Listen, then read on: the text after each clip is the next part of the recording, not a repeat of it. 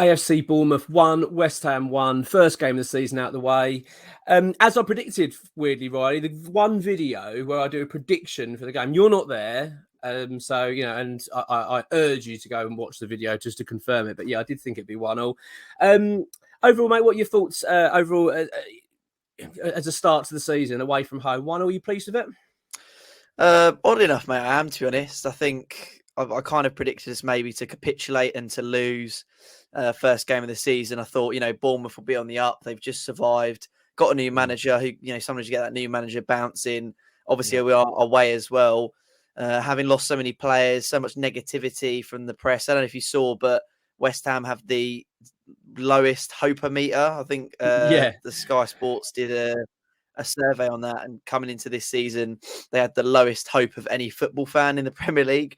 So I think all things considered, especially considering we actually scored first as well, and we were on the front foot for some of the game. I'm fairly pleased with it. I think we had some good performances in there.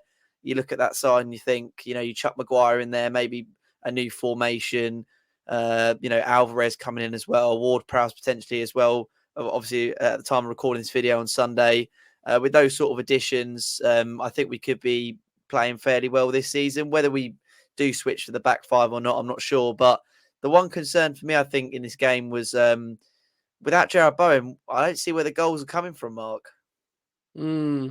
Yeah, I mean, it was a good point there, mate. I mean, it's just I thought it was a good game, actually, lively game from West Ham. I thought, like you say, mate, it was a for me more of a relief. Actually, I went into the game much like you, a bit pessimistic. I didn't really fancy us. That Leverkusen final pre-season game gave me nightmares. Really, I'm going to be honest. It really sent some shockwaves. I just thought we're in for a really, really tough season, and I just had no hope for Bournemouth away. Really didn't. I did predict it 1-0, but I mean, I'll be honest, that was a kind of hopeful 1-0. You keep mentioning that, to be fair, I've noticed. I say again? You keep mentioning that, to be fair, the 1-0 prediction. I mean, have you joined the Predictions League with Dave and X or something? Is this some sort of plug? I mean... It isn't. No, it isn't. It's not. I'm just a bit... I'm quite surprised myself. I really am, because I kind of went to thinking, you never know, might get nick a 1-0 here. But no, I was actually pleased. I think you're right. I mean, when you talk about the goals, I mean, as you say, Bowen was the goal scorer. But let's go through the sort of key moments then, Riley. The first half, I thought West Ham dominated. I thought we played very well, far better than Bournemouth. I feel like we didn't really get out of our third gear, though. It kind of felt like you kind of looked to West Ham thinking, why don't you really go for this? If you really, really push for this, I thought we could. The game was there for the taking. I've got to be honest, I'm fairly disappointed with Bournemouth. I didn't think they looked overly lively. I didn't think they looked really up for it. Appreciate they got quite a new squad together and a new manager, but I was expecting more, like you said. I was expecting that new manager bounce, that new fresh season, and being away from home, and the weather was decent as well for a football game. I just kind of thought it was all the ingredients were there for a really positive Bournemouth performance. You'd expected them to be really lively, but I thought West Ham were by far the better side. I was surprised really that come half time we were 0-0, but we could have been, mate. We could have had a couple of goals through that first half. Thomas Souček hit the post, which I thought was unlucky. Great to see him back, sort of looking like his old self a little bit. Thomas Souček. We'll come to him a little bit later when we do our man of the match kind of awards. But I thought he played well. He also had a couple of headers that went narrowly over. So good to see that, I think. I think that was a really good thing to witness. See a player that we haven't seen play that way for quite some time. I'd say probably 2 years. We've had a pretty low, below par Souček. So it's nice to see him sort of looking a bit more like his old self. But mate, it was half time. It was 0-0. But again, second half, I thought we came out, played very well. We were back in control of the game, looking pretty decent, good on the ball. Again, not really, really going for it, but we were all right. And then 51 minutes, mate, Jarrod Bowen goal. What was your thoughts on the goal? Well, it was nice to see us win the ball back quickly. Obviously, Fornal's taking a more central position, which is something I think a lot of West Ham fans, including myself, have called for this season. And then, uncharacteristically quick thinking from Souček to slip it into Bowen, and Bowen does what Bowen does, mate. He slips it into the top corner. Really brilliant finish. Again, lovely to see a player actually just take some initiative and just go for the shot rather than try and pass it around and make a pretty goal. And yeah, I thought it was really good play to win it back so quickly in midfield, slip it into Jarrod Bowen, put it past. But yeah, after that, I think the consensus, obviously, we weren't able to watch the game because of the 3 o'clock blackout and stuff. But I think the consensus amongst West Ham fans is that we didn't really put our foot on the gas after that, and we kind of sat back quite a lot. And obviously, that did result in Dominic Solanke scoring his goal in the end. Unluckily, deflects off Thomas Souček. Could Areola have done a little bit better? Should he have stayed on his feet a bit longer? Maybe.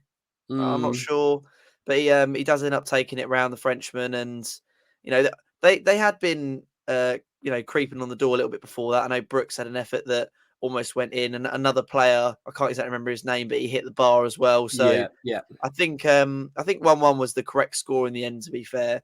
But it's a shame we weren't able to put our foot on the gas and really cement ourselves in the game after having gone 1-0 up. And we had some late chances as well. Paqueta hitting the post. I feel like that was a fairly easy chance.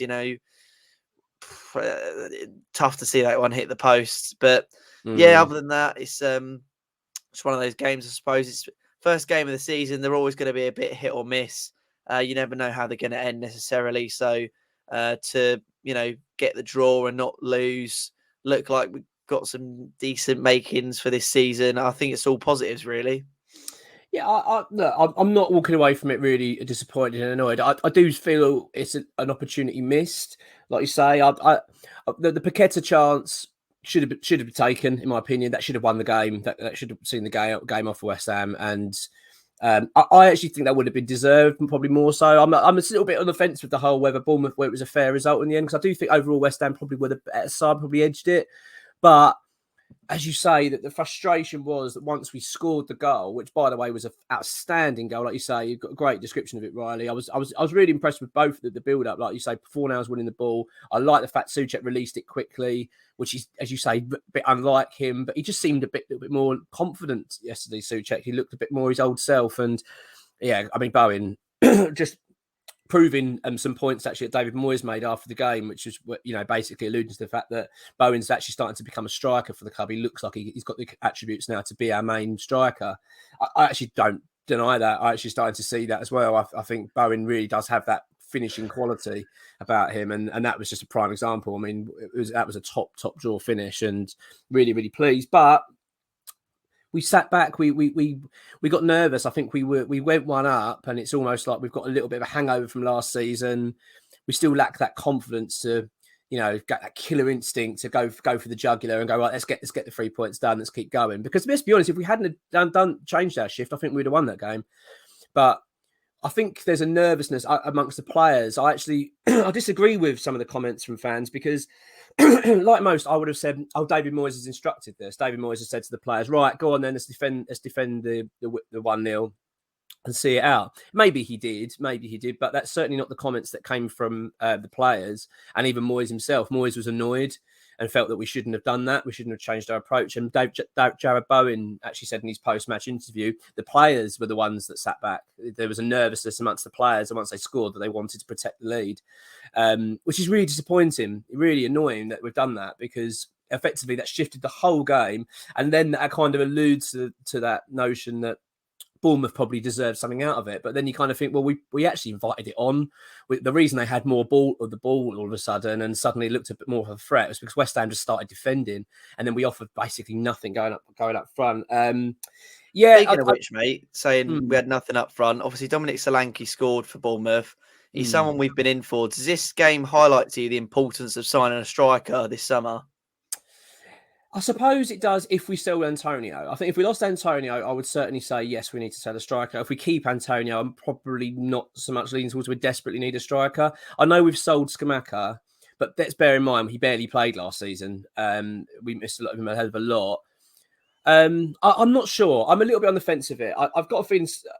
that's how I'm sitting. I sort of feel a bit like I'm fine with how things are if we keep Antonio. If we lose him, then I think we desperately do. We will need another striker in.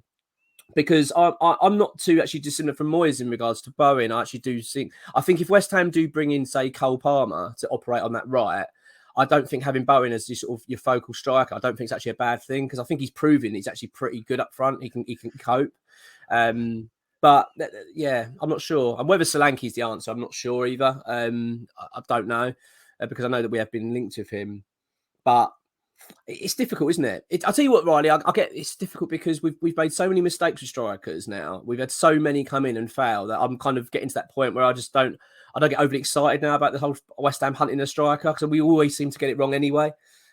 So yes, if we can get the right person in. If West Ham can go, if we sell Antonio, go and get the exact right striker that will fit our system and work perfectly, I'm all for it. I don't want West Ham going out and spending £45 million on a striker that just doesn't fit West Ham's system again, and then we're having to rely on him. He plays in a system, it doesn't work, and then all of a sudden we've got a system that's broken again. I don't want that. So yeah, I think I'm a little bit scarred, I think, from the whole striker pursuit from this football club. Yeah, the goal though, the equaliser. I mean, it was coming because West Ham sat back again. We did our usual routine. Frustratingly, we didn't operate like a big club that goes for right, let's kill this game off. Let's go get it done. Let's get the 3 points. We didn't. We sat back desperate. We treated Bournemouth with far too much respect, considering the fact they were pretty bang average. They didn't really cause us any problems, really. I know they had a couple, like you say, they hit the bar and a couple of bits, but even then, we weren't really not in control of the game. We pretty much controlled it for vast majority. So I don't know why we sat off. We behaved as if we were away at Arsenal. And we've nicked a 1-0. We've gone, right, let's sit back now. Let's protect this. They've been battering us, but we're going to need to protect this win. That's how we were behaving. And you're thinking, well, hang on, we've been the better team most of the game. They're not that great. Let's go and kill it off. So that was a bit annoying. I don't blame Areola for the goal, actually. I actually think it was more Zuma, to be honest. I think he was a little bit I don't know whether he was daydreaming or what. I'm not quite sure. But Solanke read it and he didn't, effectively. He didn't read what was happening. And it was a bit unfortunate. But overall, mate, I'm not going to be too annoyed about it. I'm going to be honest. Final thoughts on the game, mate. And so sorry, the result itself. I'm actually quite relieved. I feel a sense of relief today. I was very much anticipating a Sunday of feeling a bit down and thinking, oh, here we go, a defeat. We've now got to go and get a result against Chelsea. We're going to have to get 3 points because we're in trouble. Now I'm looking forward to Chelsea. Do you know what I mean? I'm thinking, no, we played all right there. I actually think if we get a couple of signings in this week, I think there'll be a good atmosphere at London Stadium. I'm fancying us. One thing I want to mention, or I'll talk to you about, Riley, is the midfield, because that for me was the ultimate relief. Because fair play to David Moyes for the 3 he selected, I thought was excellent. I think he was really good to play Paqueta, because let's be honest, I was certainly suspecting that he wouldn't be in the squad because of this link he's got with Manchester City. I thought him and Souček paired well, and he brought in Fornals back into the central where he's so effective. And I thought the 3 worked really well. What was your thoughts on the midfield 3?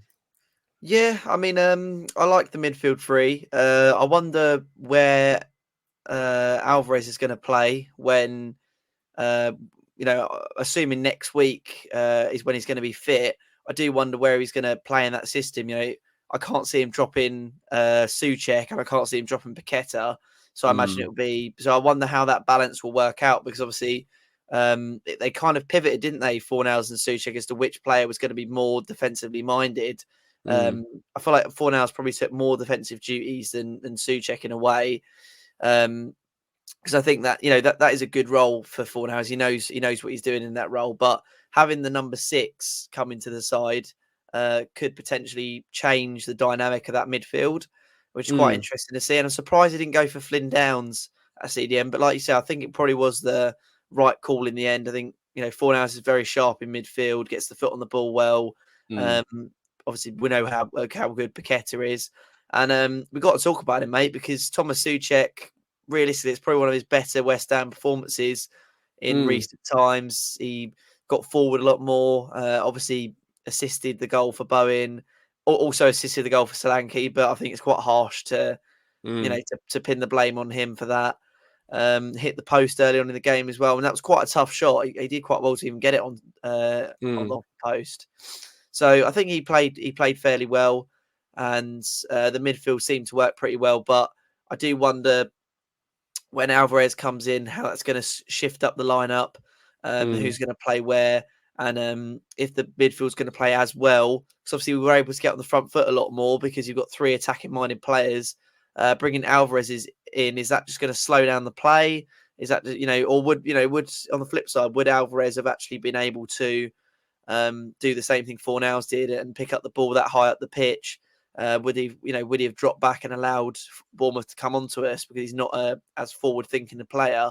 And also, if he was in Souček's position, would he been able to cut out the ball and prevent their goal? So, quite a few different things to think about. Whether he'll even get the start in the Chelsea game will be interesting. But I think the midfield worked pretty well for how we needed it to work in the Bournemouth game. Yeah, it creates a dilemma actually for David Moyes now all of a sudden, because that was one of the better performances we've seen from a midfield, certainly all pre-season, because and we've lost that Declan Rice. That's a huge hole in our midfield. But I thought that three worked really well. I thought it was a great balance. I thought, like you say, I think the link-up play between Souček and Fornals was excellent. It just worked really well. I was very impressed with it, actually. Alvarez coming in, I mean, he's a defensive midfielder, so you can't imagine he will be playing any way advanced. He won't be slotting in where Fornals is. So you imagine he will be alongside, say, a Paqueta or another, and then Souček puts him forward. The only sad part about that is then Fornals, because once again, he's either going to be dropped or he's going to be shifted out to the left side again. And let's be honest, he's quite obviously clear for everyone to see that he's more effective in the central role. So it does create a dilemma to David Moyes. But let's be honest, probably not a bad dilemma. It's not a bad dilemma to have more players for, good players for a certain position. It's not that bad. And we do need rotation. So I'm not suggesting it's a terrible situation to be in, but it does make you think, what's going to be the starting 11 then? Who's going to be your best players? I suppose time will tell. But overall, that was my biggest plus and biggest tick yesterday was the midfield, because that's where I thought we were going to struggle. I've got to be honest. When I watched that Leverkusen game, mate, they were walking for that midfield, literally not only centrally but both wings as well. They were just walking through it, and I was thinking, oh my god, like Bournemouth are going to just have a field day against us. But I was so surprised how well we played. I thought we looked pretty solid, and that was really, really good. Couple of points before we go into the man of the match awards, matey. I want to talk about Jarrod Bowen. Great goals we talked about already, but quite interesting to see his comments after the game and his celebration. There's obviously a lot of speculation regarding Bowen at the moment. Well, not a lot of speculation. It's just the club are trying to negotiate a new contract with Jarrod Bowen. There was a report a little while ago that he was reluctant to sign a deal. Now, I don't want to have a go at Sean Whetstone because he's a reliable guy and whatnot, and he's very credible, got good links with the club. So he has reported on this previously, but he reported a little while ago that Jarrod Bowen and Thomas Souček were refusing to entertain any new deals because of the situation at the club at the moment, uncertainty with the manager and all this kind of stuff going on. Well, that's obviously the water's been poured on that quite quickly because Souček's just signed a 4-year contract. And I'll tell you what, Riley, maybe his performance has something to do with that. Maybe he feels a bit more content now. He knows his future's here for the foreseeable, and he feels better. Obviously, Jarrod Bowen hasn't yet signed a deal, but apparently talks are ongoing. But I was really impressed with Jarrod Bowen's comment. Let's be honest, Riley, this has been a summer for West Ham fans of feeling quite scarred, quite painful. Losing Declan Rice has not been an easy one to take. It's been nasty for us, and let's be honest, watching him play for Arsenal at the moment isn't an easy sight for West Ham fans. I'm sure you'll join me. I don't know whether you've seen the clip of him singing, I think it's North London Forever or something, whatever the song's called. And I personally didn't really think that was, I'm not really bothered that much, but I just found it a little bit like, really, like your first game of the season, you're singing that. It's a bit harsh on West Ham, knowing that West Ham fans will see that. But at the end of the day, he's an Arsenal player now. That's his allegiance. We can't deny that. So he's not going to keep referring to West Ham all the time, is he? But personally, all I'm saying is West Ham fans have felt quite hurt, quite a painful summer. So I've got to be honest, I was actually quite touched by what Jarrod Bowen said after the match. I don't know if you've seen the comments, but I'm just going to read you a quick statement. He said, the really good thing about this group of players is that everyone wants to play for this football club. It's a real family structure and you can take pride in the shirt and the fans absolutely love you for it. Now, that's exactly, I think, what the fans needed to hear. It's almost like, I actually wonder if that's a little swipe at Declan, slight dig, because we've, him obviously departing. Maybe it's a dig or not, I don't know, but it's certainly a feeling of like he wants to bring a bit of unity to it. And I don't know if you saw his celebration, mate, but he was kissing that badge and you could see it meant a lot to him. So, I'm really pleased, mate, with that. I think that's exactly what West Ham fans need to see and what needs to hear. Because let's be honest, we have felt a little bit broken. What was your thoughts on that, mate? Did you see it, and did you and what's your thoughts on his comments and the celebration?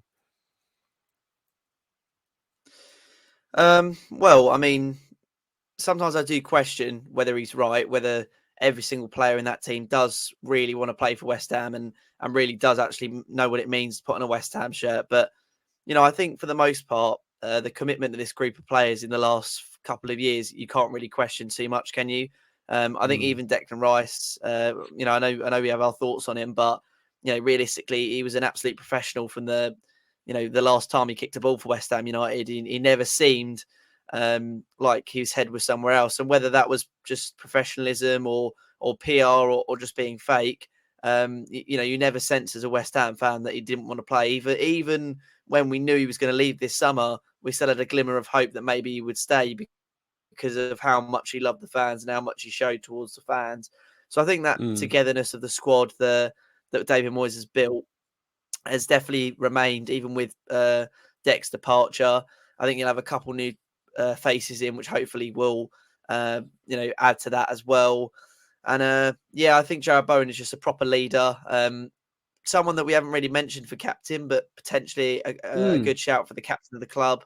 And I do wonder if maybe it's more so he's pointing towards Lucas Paqueta as well, maybe, that maybe he does want to play for the football club and he's not as inclined to join Man City as reports may seem. But obviously it's always positive when a player comes out after a match and says a thing like that. And I think that's the main topic of this season, is that this group of lads has to stick together. It's going to be a tough season. It's going to be a tough time. We're going to lose maybe Paqueta as well. If someone came in for Jarrod Bowen, who knows, maybe even he could leave. I think the core of the squad just has to remain calm. And, this isn't the season where West Ham survive without Declan Rice. It's a season where they reinvest in a few players and they play a new brand of football without Declan Rice. So, I do hope that he is right and that we do see throughout this season a big commitment from all the lads. Yeah, I mean, I don't think we've got any risk of losing Bowen, mate. I don't think. I mean, Paqueta's a little bit of a different scenario, purely because of the money that's being touted here from Man City, and we're going to talk about that in another video. So I think, and David Moyes kind of alluded to it. It does look like it's probably something's going to happen there at the moment, but it's not certain. But I've got to say, fair play to. One for Bowen for saying those comments, which I think was needed. I certainly needed to hear it. But fair play to Lucas Paqueta as well, because let's be honest, it's not his fault. He's not done anything wrong. City have come in for him and want to buy him. You can't blame him, the man. He's a world-class footballer. I know he's only been here a season. I don't think he really intended this season to be his last at West Ham. I'm sure he was looking forward to the campaign, but I think once City come in and say, look, we're really interested, we want to make you Gundogan's replacement, you can't really blame him for going, look, I actually really wouldn't mind that. I want to go and compete for the title. You can't blame the guy. And we'll talk about, as I say, we'll talk about it in more detail. I won't go into it now, but I actually think it was a great that from Jarrod Bowen. And do you know what? Talking about quickly before we go into man match, then I actually got a feeling as well. David Moyes' comments regarding Bowen. So David Moyes came out after the game and sort of suggested that Jarrod Bowen's now got the attributes of a striker, and it's giving him that thought process now, thinking, well, do I need to go out and invest a striker? I've kind of got a ready-made one here. He seems to have the ability to take that role on. And like I've said, I actually don't disagree with that. I think Bowen is showing those signs. He does look like someone that could be converted into a striker position. I mean, his finishing, let's be honest, is unquestionable. He's probably our best finisher at the club. So, yeah, but I do disagree with that slightly, because I think if you put Mo Salah in a central role for Liverpool, he doesn't do as well as he does on the right-hand side.